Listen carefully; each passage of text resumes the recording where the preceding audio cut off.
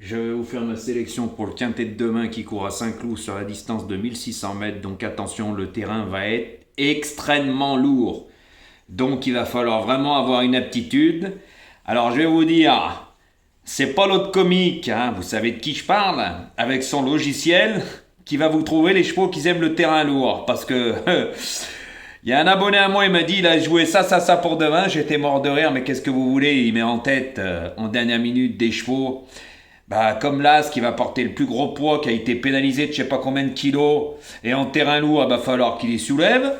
Donc, moi, je le vois plutôt pour une place, mais de le mettre premier, ça se voit qu'il joue au pif. Hein. Après, il nous met un autre cheval, bah, le numéro 8 en troisième position. C'est juste une petite affirmation, hein, pour vous dire qu'il fait pas les lignes et c'est pas avec un logiciel qu'on peut faire le papier correctement. Hein. Le 8 vient de courir à Paris, il vient de se faire manger tout cru par le numéro 13. Y a pas un problème, messieurs, dames? Non? Alors il a pas pris le 13, mais il a pris le 8, en sachant que le 8, je vous le dis tout de suite, hein, bah moi j'ai des infos, hein, c'est vraiment pas un cheval de terrain lourd. Hein. En plus le terrain va pas être lourd, il va être extrême avec toutes les pluies. Attention, hein. Par contre le 13, il adore ça. C'est pour vous dire qu'il fait le papier. Hein. C'est un torchon son papier, il fait pas le papier. C'est un gros mythomane, un menteur. Ces lignes, c'est tout faux. Je vais vous le redire, c'est pas avec un logiciel qu'on peut faire le papier. Je vous l'ai prouvé. L'As vient de gagner un quintet. A été pénalisé. Il porte le plus gros poids en terrain très lourd. Et il le met premier en dernière minute. Mais quel comique. Et il met le 8 en troisième position, sachant que le 8 n'aime pas le terrain lourd. On verra demain. Hein, et vous verrez. En sachant que sa dernière course, j'y étais à Lyon-Paris, je l'ai vu. Le 13 l'a mangé tout cru. Et il se retrouve très mieux placé au poids que le 8, parce qu'il avait une décharge d'un apprenti, le 8. Alors, si ça s'appelle faire le papier, c'est vraiment... Ah, alors, si on joue le 8, on met le 13 normalement. C'est la ligne, puisque le 13 l'a bousillé au 8. Voilà, tout simplement. C'était cette petite anecdote pour vous prouver qu'il ne fait pas le papier. Hein. Et vous savez, après, mettre un cheval qui fait une rentrée qui n'a pas couru depuis 5 mois, ça non plus, hein. C'est pas trop mon truc, parce qu'on ne sait pas comment il va courir, mais lui, il le met. Voilà. Puis il y en a un autre, il met le 14 en cas de non partant, il est injouable ce cheval. Mais injouable. Mais vraiment, je sais même pas qu'est-ce qu'il fout dans ce quintet, il devrait courir une deuxième épreuve. Mais qu'est-ce que vous voulez que je vous dise? Quand on sait pas faire le papier, voilà le résultat. Hein. Je vous ai prouvé plein de choses encore aujourd'hui. Voilà, pour le quintet de demain, que l'autre critiqueur qui se la ramène, hein, avec Saline, GAP qui sont jamais là, il en donne 5, il y en a un ou deux, c'est facile comme ça. Hein. Comme hier, il en a qu'un, il a que le favori, le 8. 6, 2, 8 hier. Bah, il a que le 8. Quel comique. Alors, franchement, par contre, même quand ça paye pas, moi, hier, j'ai les 4 premiers. Toi, non, il faut que t'en joues 7. Voilà, tout simplement. C'est totalement différent, c'est pas les mêmes mises. Hein. Bah oui, hein, parce que même hier, le multi en 4, il fait quand même un billet de 50 euros pour 3 euros. Hein. Là, il y a du gain, hein, tandis que toi, il n'y a pas de gain. C'est le déficit, toi et tes lignes ici et tutti quanti. Hein. Tu fais bien à la galerie, mais moi j'ai prouvé, la preuve, le compteur il est bloqué, les buts sont bloqués, moi ça fait qu'augmenter, voilà, les pouces pareil, et que ça continue comme ça parce que je vois que il est pas bien content, hein. Ah oui, il est pas bien content, hein. Moi à sa place j'arrêterai, hein. Parce que vu comme il fait le papier, ça prouve bien qu'il sait pas le faire, hein. C'est toujours dans la poche, mais le lendemain c'est dans le trognon. Tout simplement, je vous ai expliqué. Hein. Voilà, là, s'il le met premier en dernière minute, pour moi, il ne le gagnera pas, plutôt en fin de combinaison. Le 8, c'est pas un cheval de terrain lourd, donc si de toute façon on joue le 8, on joue le 13, puisque le 13 l'a mangé tout cru. Donc qu'est-ce que vous voulez que je vous dise? Hein. Le 13 a failli gagner la dernière fois à Lyon-Paris, il était pas loin de gagner, hein, la troisième place. L'autre, il finit huitième, mais il est loin. Hein. Qu'est-ce que vous voulez que je vous dise? Après, voilà... Hein. C'est pour ça que je vous ai dit, faut plus aller le voir, hein, parce que franchement, les gens que vous allez voir, c'est vraiment que vous avez un souci. Hein. Je vous le dis honnêtement, hein. Ils vous expliquent même pas comment ils jouent, ils vous expliquent même pas, c'est pas des analyses, ça pour moi, il n'y a pas d'explication, il n'y a rien, pour moi, c'est pas un pronostiqueur. C'est ce que je vous ai déjà dit plusieurs fois. Après, si vous voulez pas comprendre, qu'est-ce que vous voulez que je vous dise? Ça prouve bien que YouTube commençait. Hein. Je suis le seul à faire des explications comme ça. Le seul. Et quand vous regardez, quand je vous explique, ça se passe comme ça se passe. Tout simplement. Par contre, demain, moi, je pense que c'est pas mal, moi. Moi, je vous le dis. Parce que moi, je fais le papier. Et j'ai privilégié les chevaux qui aiment le terrain très lourd.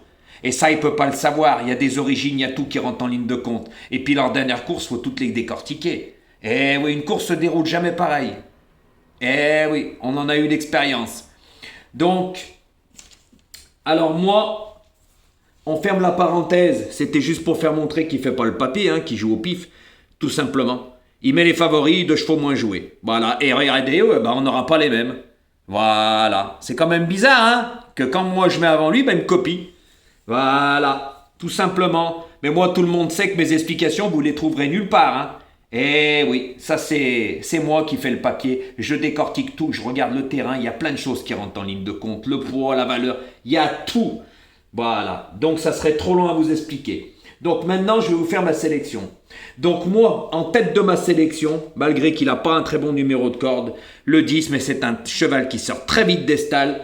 Pour moi, il va apprécier le terrain très lourd. Voilà, j'ai mis le numéro 4, monté par Michael Barzalona, qui le connaît. Il lui renouvelle sa confiance. Voilà, alors sa dernière course, c'était pas lui qui le montait. Mais il cherche la cravache d'or. Il est pas loin de Maxime Guyon. Ça aussi, il peut pas vous le dire parce qu'il est au courant de rien. Voilà. En ce moment, Michael Barzalona fait un tabac. Il aligne les victoires. Que ça soit en handicap, quintet et tout.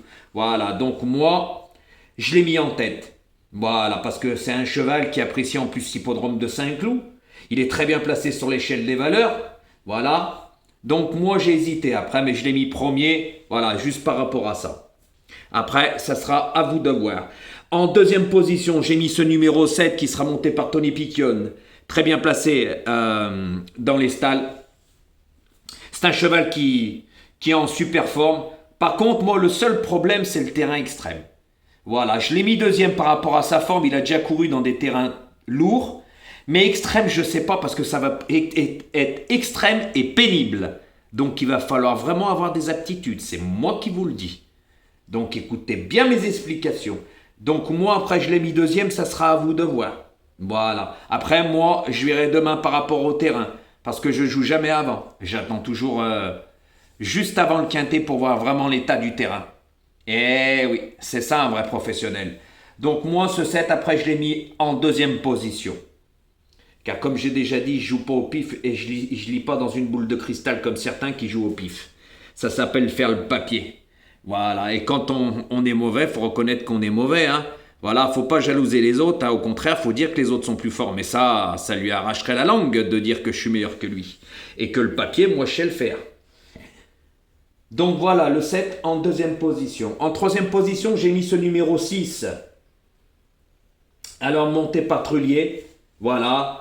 Alors lui, c'est un cheval qui est attentiste.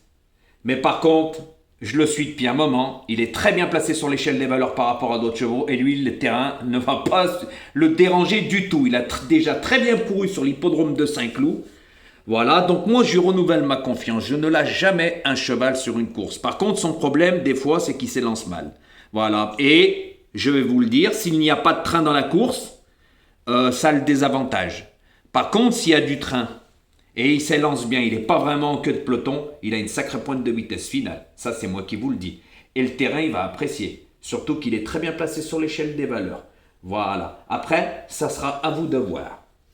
En quatrième position, j'ai mis le numéro 11 qui sera monté par Maxime Guyon, qui le connaît, qui l'a monté plusieurs fois. Lui, par contre, le terrain ne va pas le déranger. C'est un attentiste, celui-là aussi. Hein. Il faut qu'il place sa pointe de vitesse finale au bon moment.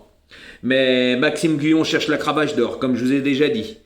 Et ce cheval, il lui manque qu'une victoire dans les handicaps. Il la cherche depuis un moment. Donc pour moi, s'il ne l'a pas trouvé depuis un moment, il ne la trouvera pas demain. Après, ça sera à vous de voir. En sachant que Michael Barzalona et lui se battent. Et il n'y a pas grand-chose entre deux à la différence de victoire. Donc ça va jouer à pas grand-chose. Donc c'est pour ça que j'ai mis ce 11 en quatrième position. Après, ça sera à vous de voir. Car pour moi, il a sa place dans le quintet. Mais pour gagner, non. Mais pour une place, oui. En cinquième position, alors j'ai mis ce numéro 12 qui sera monté par Alexis Pouchin. Alors lui, c'est un cheval qui se monte près de la tête. Il est très très bien placé sur l'échelle des valeurs. Il a vraiment été abaissé de plusieurs kilos par rapport à ses mauvaises performances. Par contre, une chose est sûre avec lui. Il va vraiment apprécier le terrain très lourd. Il aime que ça. Il fait des survaleurs sur les terrains comme ça. Alors attention, il est en 35 de valeur. Il est très bien placé. Je vais vous expliquer pourquoi. Parce que l'année dernière, il a gagné son quintet en 35 de valeur. Et ensuite, il a été pénalisé. Il n'a plus rien fait. par rapport à la pénalité que le handicapeur lui a mis. Mais suite à toutes ces mauvaises performances, il se retrouve très très bien placé sur l'échelle des valeurs. Alors attention, il peut créer une belle surprise, surtout que lui se monte près de la tête, sort très bien placé au poids, et il va adorer le terrain pénible. C'est vrai que là, il n'a pas montré grand-chose, pour ça que je l'ai mis un peu loin. Après, ça sera à vous de voir. Tout simplement, comme j'ai déjà dit, moi je fais le papier. Je regarde les performances et tout. Le poids, comme je vous ai expliqué. Il y a plein de choses qui rentrent en ligne de compte. Donc c'est pour ça que j'ai mis ce 12 en 5e position. Après, ça sera à vous de voir. En 6e position. Alors j'ai mis ce numéro 13. Joli Spirit, attention, je l'ai vu courir à Lyon-Paris. Lui, le terrain ne va pas le déranger. On est parti chercher Christian Dubureau, très bien placé à la corde.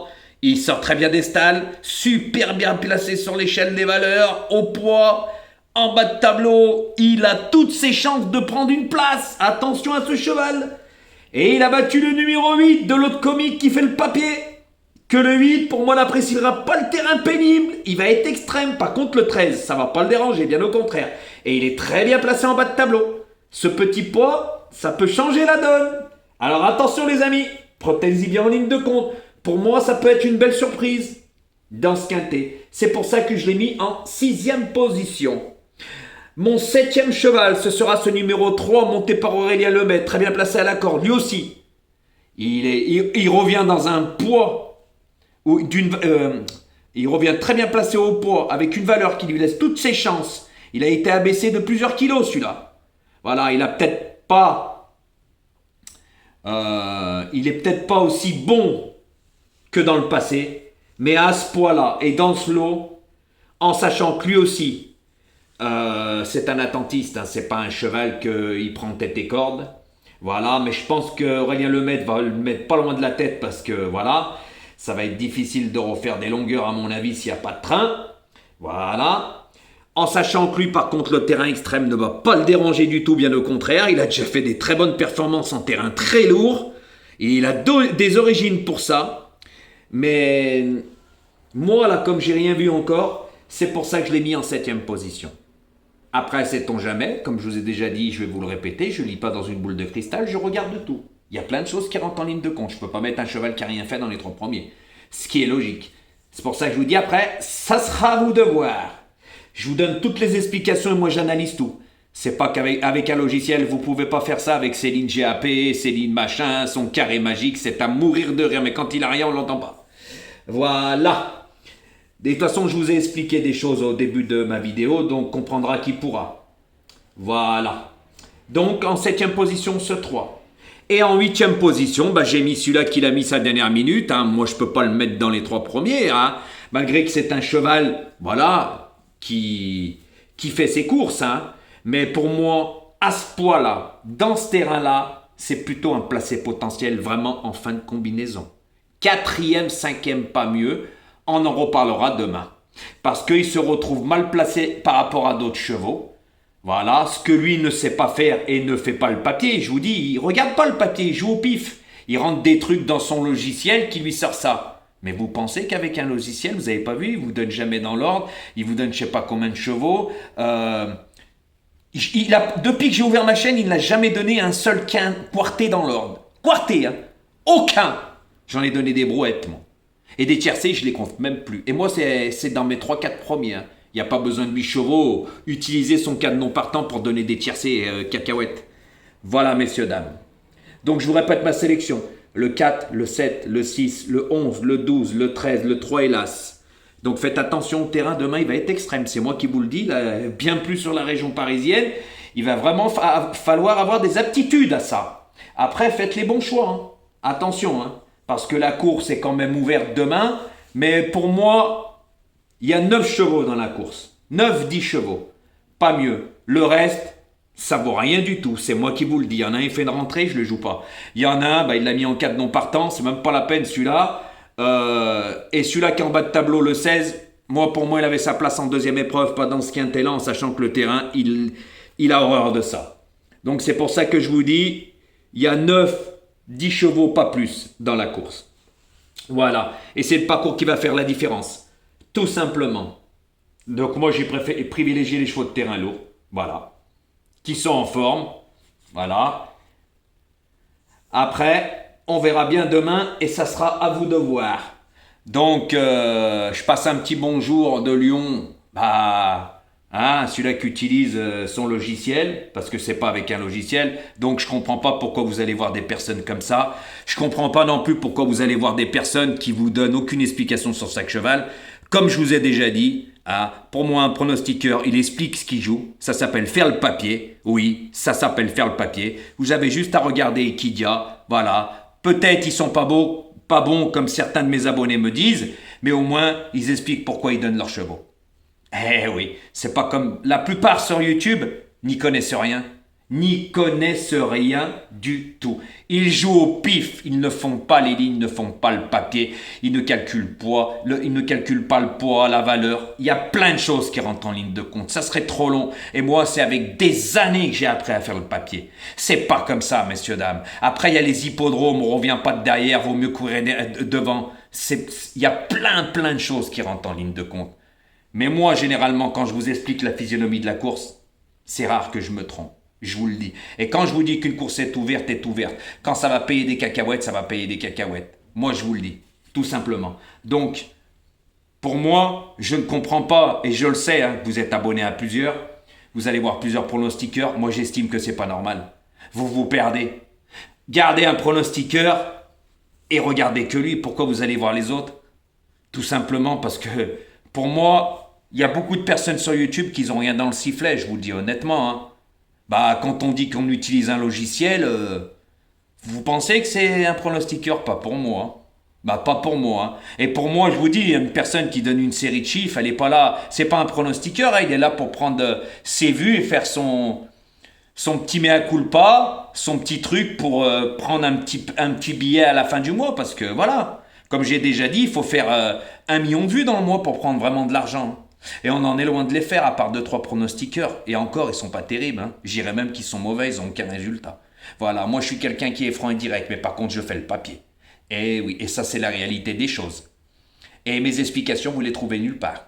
Pour ça que ça crée de la jalousie. Surtout un. Ouh là là, c'est même pas la peine. Il n'est pas abonné à ma chaîne pour rien, on s'abonne pas à un pronostiqueur pour rien. Voilà, donc bonne chance pour demain. Et regardez bien l'état du terrain. Ça, c'est moi qui vous le dis parce qu'on en reparlera demain. Et ce que je vous ai dit sur l'As, sur le 8 et tutti quanti, ça prouve bien qu'il y en a certains, ils utilisent un logiciel mais ils ne savent pas faire le papier. Pour ça que leurs résultats sont médiocres, ça ne rembourse pas les mises. Et moi, ce que j'ai fait, il ne pourra pas le faire. À bon entendeur.